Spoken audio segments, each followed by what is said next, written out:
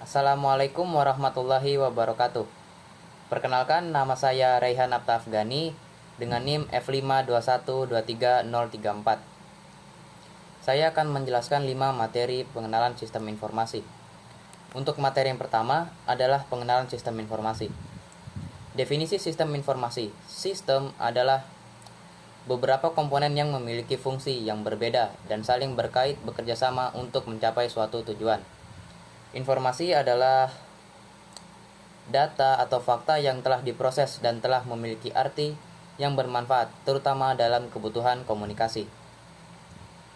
Sistem informasi adalah sebuah rangkaian prosedur formal di mana data dikelompokkan, diproses menjadi informasi dan distribusikan kepada pemakai. Salah satu tujuan sistem informasi adalah menyajikan informasi dalam pengambilan keputusan. Dan salah satu kemampuan utama sistem informasi adalah menyimpan informasi dalam jumlah yang sangat besar dalam ruang yang kecil tetapi mudah diakses. Baik, untuk materi yang kedua adalah sistem informasi pada organisasi. Organisasi adalah sekelompok orang yang terstruktur dan dikelola untuk memenuhi misi dan tujuan. Pendukung aktivitas organisasi yang pertama adalah aktivitas organisasi terhubung melalui aliran barang dan aliran informasi. Aliran informasi digunakan untuk membuat perencanaan, koordinasi pekerjaan, penentuan keputusan, dan monitoring dan evaluasi. Sistem informasi mendapat masukan, memproses, dan memproduksi informasi. Bagaimana peranan sistem informasi dalam sebuah organisasi? Nah, dengan adanya sistem informasi yang baik di dalam sebuah organisasi, maka tentunya bisa menambah nilai atau daya saing sebuah organisasi menjadi lebih baik, serta menambah kualitas layanannya. Baik, kita masuk ke materi ketiga, yaitu software. Software adalah perangkat lunak. Software pada dasarnya adalah program atau kumpulan instruksi untuk menjalankan fungsi-fungsi tertentu. Klasifikasi software yang pertama adalah sistem operasi, bertanggung jawab atas kontrol dasar perangkat keras komputer dan menyediakan layanan untuk aplikasi. Contohnya adalah Windows, macOS, Linux, dan Android. Klasifikasi yang kedua adalah aplikasi, yaitu dibuat untuk menyelesaikan tugas spesifik di luar operasi dasar komputer.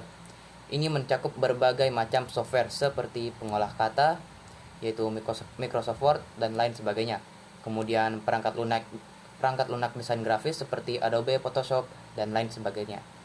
Klasifikasi yang ketiga yaitu software utilitas, digunakan untuk mengelola dan memelihara sistem komputer seperti antivirus, utilitas pemulihan data, program manajemen file, dan sebagainya.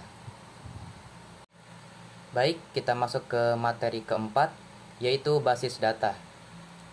Basis data menurut Chow, basis data sebagai sekumpulan informasi bermanfaat yang diorganisasikan ke dalam tata cara yang khusus. Operasi basis data yang dapat dilakukan pengguna antara lain adalah menambahkan berkas baru ke sistem basis data, mengosongkan berkas, menyisipkan data ke suatu berkas, mengambil data yang sudah ada pada suatu berkas, mengubah data pada suatu berkas, dan menghapus data pada suatu berkas. Kemudian yang terakhir adalah menyajikan informasi yang diambil dari sejumlah berkas. Baik, kita masuk ke materi terakhir, yaitu pengambilan keputusan manajemen. Sebagai dasar, pengambilan keputusan manajemen membutuhkan informasi. Peranan sistem informasi dirasa cukup penting dalam menyediakan informasi untuk manajemen setiap tingkatan. Kualitas keputusan manajerial merupakan ukuran dari efektivitas manajer. Tingkatan manajemen dalam suatu organisasi dibedakan menjadi 3 bagian, yakni manajemen tingkat atas, manajemen tingkat menengah, dan manajemen tingkat bawah. Manajemen dapat diklasifikasikan ke dalam 3 tipe, yaitu keputusan terstruktur, keputusan semi terstruktur, dan keputusan tidak terstruktur. Manajer memiliki 10 peranan dasar yang digolongkan menjadi 3 kategori dasar, yaitu interpersonal roles yang mencakup figurehead, leader, dan liaison. Kategori kedua yaitu informational roles yang mencakup monitor, disseminator, dan spokesperson. Kategori ketiga yaitu decisional roles yang mencakup entrepreneur, disturbance handler, resource allocator, dan negosiator.